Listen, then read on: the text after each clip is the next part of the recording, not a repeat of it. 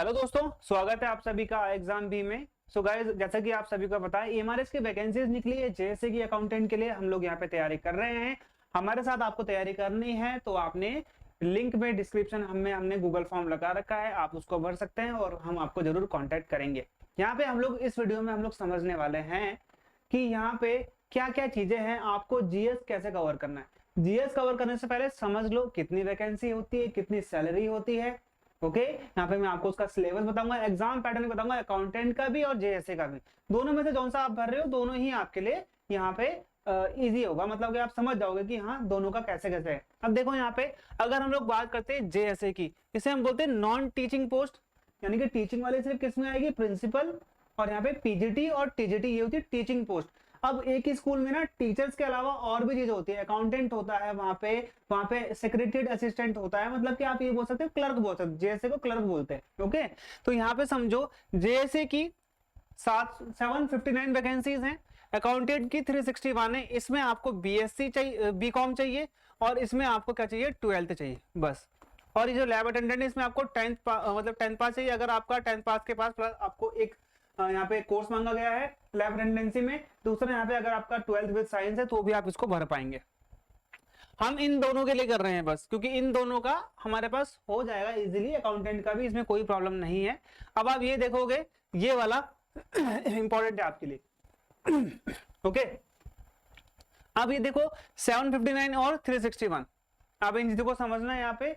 अब ये अगर आप यहाँ पे देखोगे कि यहाँ पे सैलरी, हम इन दोनों की बात तो नहीं कर रहे हैं भाई, इनकी सैलरी तो 1 लाख जाएगी, इनकी सैलरी आप देख लिए यहाँ पे, मतलब आगे जानी ये लेवल 8 है तो यहाँ पे कम से कम 70 से 80 70,000 तो आप मान के चलो। अकाउंटेंट का भी 6 है तो अच्छी सैलरी, आप कम से कम आप ये मान के चलो 60,000 तो आप लेके चलोगे। और जेएसए का अगर आप देखोगे तो आपको यहाँ पे 25 से 30,000 तो आपको मिल ही जाएगी सैलरी, और लैब अटेंडेंट का आपको 25,000, तो स्टार्टिंग 24,320 होता है वैसे, लेकिन 25,000 तक आपका यहाँ पे आप मान के चल सकते हो। सैलरी मैंने आपको यहाँ पे बता दी है। अब यहाँ पे देखो दूसरी चीज, जेएसए के लिए क्या मांगा गया है कि भाई 30 साल से ऊपर नहीं होना चाहिए। दूसरी चीज 12th होना चाहिए आपके पास। ओके, और आपकी स्पीड देखो यहाँ पे 35 वर्ड होनी चाहिए किसमें, इंग्लिश में, और 30 वर्ड होनी चाहिए किसमें, हिंदी में। समझ गए आप क्या बोला हुआ, टाइपिंग स्पीड ऑफ 35 वर्ड्स पर मिनट इन इंग्लिश टाइपिंग, और 30 वर्ड्स पर मिनट इन, यानी कि दोनों में से आपकी इतनी टाइपिंग होनी बहुत जरूरी, दोनों में से एक बोला गया है, ठीक है, आपकी इतनी टाइपिंग होनी जरूरी है। ये दोनों मिल गया आपको। अब देखो अकाउंटेंट के भी एज भाई 30 से ऊपर नहीं होना चाहिए। ओके, अब दूसरी इंपॉर्टेंट चीज, यहाँ पे सिर्फ आपसे बीकॉम मांगा गया है, आपका बीकॉम मांगा गया है। और याद रखना बहुत से बच्चों का कमेंट देख रहा हूं मैं, सर नेगेटिव मार्किंग कितनी है। नेगेटिव मार्किंग इसके एग्जाम में अभी मैं बताऊंगा आपको 1/4 है। बच्चे पूछ रहे हैं कि सर यहाँ पे मैं अभी क्या हूँ, एक तरीके से परसुइंग हूँ, मैं एग्जाम दे रहा हूँ, तो क्या मैं इसको भर सकता हूँ। तो देखो इंपॉर्टेंट चीज मैं आपको बताता हूँ कि भाई इन्होंने ये बोला है कि 31 जुलाई तक सारे के सारे आपके डॉक्यूमेंट्स पूरे होने चाहिए, तो आपकी एजुकेशन भी पूरी होनी चाहिए। अगर 31 जुलाई से पहले आपकी डिग्री हो चुकी है तो ही आप भरना, अदरवाइज मत भरना, अभी परसुइंग हो तो मत भरना। ओके, समझ में आ गया। अब यहाँ पे देखो जेएसए का एग्जाम और जेएसए का सिलेबस आपके सामने है। जेएसए के एग्जाम में 20 नंबर की रीजनिंग, 20 नंबर की क्वांट, 20 नंबर की जनरल अवेयरनेस, और यहाँ पे कंप्यूटर का लैंग्वेज टेस्ट होगा, इसमें 15 की इंग्लिश, 15 की हिंदी आएगी, 30 नंबर की basic knowledge of computer operation. ये बहुत इंपॉर्टेंट है आपके लिए, समझ गए हो। अब इजीली हो जाएगा, कोई दिक्कत नहीं है। आप कितने मिल जाएंगे यहाँ पे, 90 और 40, 130 क्वेश्चन आपको यहाँ पे मिलेंगे, 130 नंबर आपको यहाँ पे देखने को मिलते हैं। ओके, 2.5 घंटे का टाइम आपको यहाँ पे दिया जाएगा, तो समझ लो बहुत अच्छी बात है भाई। 120 प्लस 30 तो 150, तो 150 मिनट आपको मिल रहे हैं, तो आई थिंक मुझे कोई लगता नहीं कि कोई प्रॉब्लम होगी किसी को, पेपर नॉर्मल आता है। अब स्टेज 2 में टाइपिंग टेस्ट है आपका, पर्सनल कंप्यूटर पीसी पे होगा, पीसी का मतलब नॉर्मली आप समझ सकते हो कंप्यूटर पे होगा, ठीक है, इसमें कोई प्रॉब्लम नहीं है। 50 नंबर का होगा ये, आपको 20 नंबर लाने। अब यहाँ पे समझना है सिर्फ क्वालिफाइंग है भाई, मिनिमम 20 आने चाहिए, कहीं जुड़ेंगे नहीं आपके, ठीक है। Candidate based on the merit, अब जितने भी कैंडिडेट है ना उनकी जो मेरिट लगेगी, जैसे मान लो यहाँ पे 750, मान लो 750 वैकेंसीज है, इसका 3 गुना ही बुलाया जाएगा टाइपिंग में, ये लिखा हुआ है इन्होंने, typing test in the ratio 1:3। समझ में आ गया। कि भाई यहाँ पे भाई 2400 बच्चों को समथिंग यहाँ पे बुलाया जाएगा, किसके लिए, टाइपिंग के लिए। और ये सिर्फ आपका कौन सा है, ये सिर्फ आपका क्वालिफाइंग इन नेचर है। 20 नंबर आपको लाने बहुत जरूरी हैं, 21 भी लाए आप पास हो जाओगे। उसके बाद यहाँ पे आपका क्या हो जाएगा, देखिए passing marks shall be 20, this part shall be qualifying in nature. Passing marks का मतलब क्या होता है, बच्चे बोलोगे सर टाइपिंग में कैसे हो जाएगा, टाइपिंग टेस्ट में पासिंग मार्क्स कैसे हो जाएंगे। एक्यूरेसी होती है एक, एक्यूरेसी आपने देखा होगा, एक्यूरेसी के हिसाब से मार्क्स मिलते हैं, एक्यूरेसी के हिसाब से मार्क्स मिलते हैं, समझना। 90% हो 95% होगा तो यहाँ पे आपको 50 मार्क्स ऐसे करके होता है, और 90 होगा मतलब उन्होंने जितना भी क्राइटेरिया बनाया होगा उसके हिसाब से मार्क्स मिलते हैं। मान लो अगर आपने 85 से भी नीचे की एक्यूरेसी है तो आप फेल हो जाओगे, कहने का मतलब मार्क्स का यहाँ पे वो है। ओके, अब ये देखो सिलेबस, ये आपका जेएसए का सिलेबस है। देखो यहाँ पे ये हो गया आपका रीजनिंग एबिलिटी, रीजनिंग में नॉर्मल है आपका, ज्यादा हैवी इसमें आपको नहीं मिलेगा, एसएससी वाली एमटीएस वाली कर लेना, यहाँ पे हो जाएगा। क्वांट में भी अगर आपका सीएचएसएल वाला लेवल है तो हो जाएगा, 12th पास वाला लेवल है तो मतलब। अब ये देखो जीके, जीके में क्या करना है, जीके में कितने नंबर आ रहे हैं, ये देखो दिख रहे हैं आपको 30। अब इन्होंने बोला है general knowledge and current affair with special emphasis in the field of education.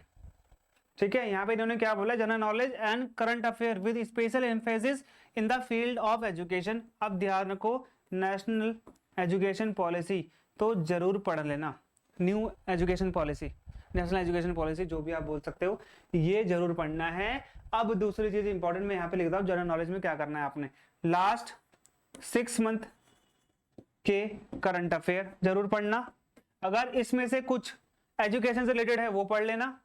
GK के कम से कम आपको 20 मार्क्स 20 क्वेश्चन देखने को मिलेंगे, 10 क्वेश्चन आपका करंट अफेयर और एजुकेशन से आएगा।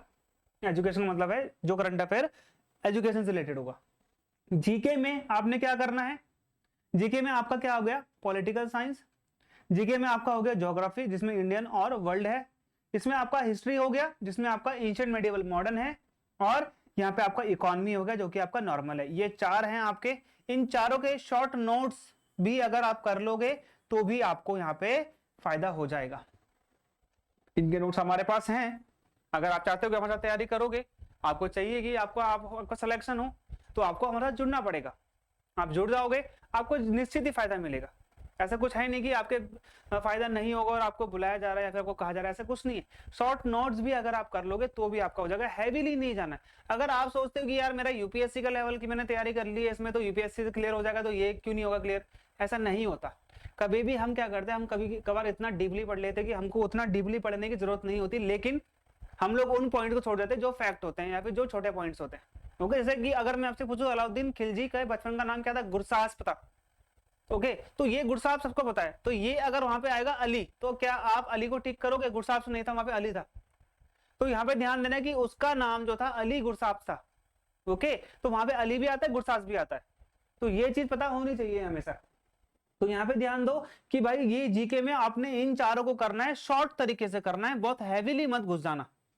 ओके, मान लो कि अगर पॉलिटिकल साइंस के 25 पेजेस के नोट्स हैं तो भी आपका कंप्लीट हो जाएगा, ज्योग्राफी के आपके 20-25 पेज के नोट्स होंगे वो भी चल जाएगा, हिस्ट्री के तो मैंने नोट्स बना रखे हैं जहां पे आपको 15 का है, 15 का पेज है और 20 पेज के नोट्स हैं, यानी कि 15 30, और यहाँ पे आपके कितने का हो जाएगा 48 50 पेजेस में हिस्ट्री खत्म है, और वो इतने सटीक पॉइंट है जो कि एग्जाम में आते हैं। बस अगर आपने वो कर लिया, हिस्ट्री वो कंप्लीट है। फिर आपको यहाँ पे आएगा पॉलिटिकल साइंस, पॉलिटिकल साइंस के मैंने नोट्स बना के 15 पेजेस के, उसमें क्या जरूरी है, आपके इंपॉर्टेंट आर्टिकल, सारे आर्टिकल नहीं पढ़ने होते हैं, 375 आर्टिकल आप नहीं पढ़ पाओगे, वैसे 395 बाकी रिपील है, नहीं पढ़ पाओगे, याद भी करोगे तो नहीं हो पाएगा। सिर्फ इंपॉर्टेंट लर्न करने होते हैं, शेड्यूल लिखे हुए हैं, अमेंडमेंट लिखे हुए हैं, अमेंडमेंट सारे नहीं पढ़ने, वो पढ़ने हैं जो कि एग्जाम में आते हैं।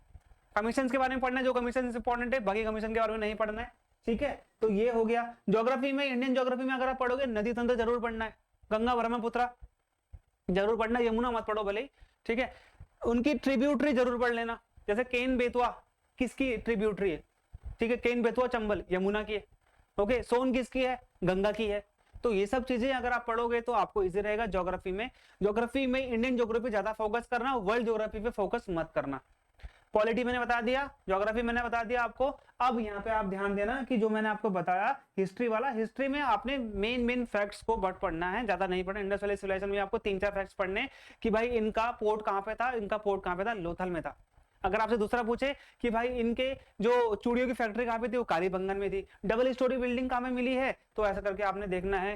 ठीक है, सबसे ज्यादा यहाँ पे सील कहाँ पे मिली है, इनकी जो सील होती है वो आपको कहाँ पे मिली है। अब नाचते हुए जो एक स्त्री है उसकी मूर्ति कहाँ पे मिली है, ग्रेट बाथ विशाल स्नानागार कहाँ मिला है। बस ऐसे 10-15 फैक्ट आपने याद करने। ओके, जीके में आपका इतना हो जाएगा। जीके का ही मैं आपको यहाँ पे बता रहा हूँ, मेरा मेनली फोकस आपको जीके का बताना है। अब ये हो गया आपका अकाउंटेंट का एग्जाम पैटर्न, जिसमें आपकी रीजनिंग 20 की, क्वांट 30 की, इंग्लिश और यहाँ पे देख रहे हो आप जनरल इंग्लिश, और यहाँ पे आप देख रहे हो 10-10 नंबर की जनरल इंग्लिश और जनरल हिंदी आनी है। अब यहाँ पे आएगा आपका 20 नंबर का। अब इस 20 नंबर में ना आपका कंप्यूटर भी है, जनरल अवेयरनेस भी है और करंट अफेयर भी है। तो कंप्यूटर के आप क्या करोगे, आप हम इन तीनों को साथ साथ में बांट देते हैं। कंप्यूटर के 7 क्वेश्चन, जीए के 7 क्वेश्चन, करंट अफेयर के 7 क्वेश्चन। तो हमारे पास कितने क्वेश्चन है, हमारे पास 14 क्वेश्चन है जीके के लिए। तो अब इसमें आपने क्या करना है, क्या बोला इन्होंने, basic knowledge of computer, general knowledge, awareness and current affair. Current affair आपने क्या करना है, लास्ट 6 मंथ के करंट अफेयर का आपके हम लोग क्या दे देंगे, यहाँ पे 100 क्वेश्चंस का आपको हर महीने का आपको मिल जाएगा, लास्ट 6 मंथ का यहाँ से कवर हो जाएगा। लास्ट 6 मंथ के करंट अफेयर यहाँ से कवर हो जाएंगे। दूसरी इंपॉर्टेंट चीज, इसके लिए आपने सेम वही पद्धति अपनानी है जो कि आपको मैंने वहां बताई थी। कंप्यूटर के लिए आपके पास 20 पेजेस की अगर नोट्स बनी हुई है तो भी आपका यहाँ पे कवर हो जाएगा। कंप्यूटर में आपने 3 सब्जेक्ट जरूर पढ़ने हैं, history of computer, generation of computer और सॉफ्टवेयर हार्डवेयर। और अगर आपको पढ़ना है तो ऑपरेटिंग सिस्टम पढ़ लेना, ओके, यहाँ पे ब्राउजर पढ़ लेना, ओके। बस इसके अलावा 5-6 सब्जेक्ट और भी बताऊंगा मैं आपको, जब आपके इसके पूरी डिस्ट्रिक्ट आपको मिल जाएगा, इसका ब्रीफ मिल जाएगा तो आपको पूरा का पूरा बताया जाएगा। ठीक है, इतना आप लोगों ने पढ़ना है, इसके आगे आपने नहीं जाना है। ओके, बस यहां से आपका पेपर क्लियर हो जाएगा, कोई प्रॉब्लम नहीं है। इसका पूरा का पूरा एक पेपर मैं आप लोग को बना के दूंगा जो कि मॉक टेस्ट होगा, लेकिन पूरा का पूरा जो बच्चे होंगे वहीं से फॉलो कर लेंगे, वही सेम पेपर आएगा। ओके, तो ये समझ लेना, यहाँ पे मैंने आप लोग को पूरा का पूरा जीके का बता दिया है। फिर भी कोई क्वेश्चन होगा आप लोगों का, मुझे कमेंट बॉक्स में जरूर लिखना। ठीक है, तो मिलते हैं हमारे तब तक के अगले वीडियो में, तब तक के लिए गुड बाय, जय हिंद।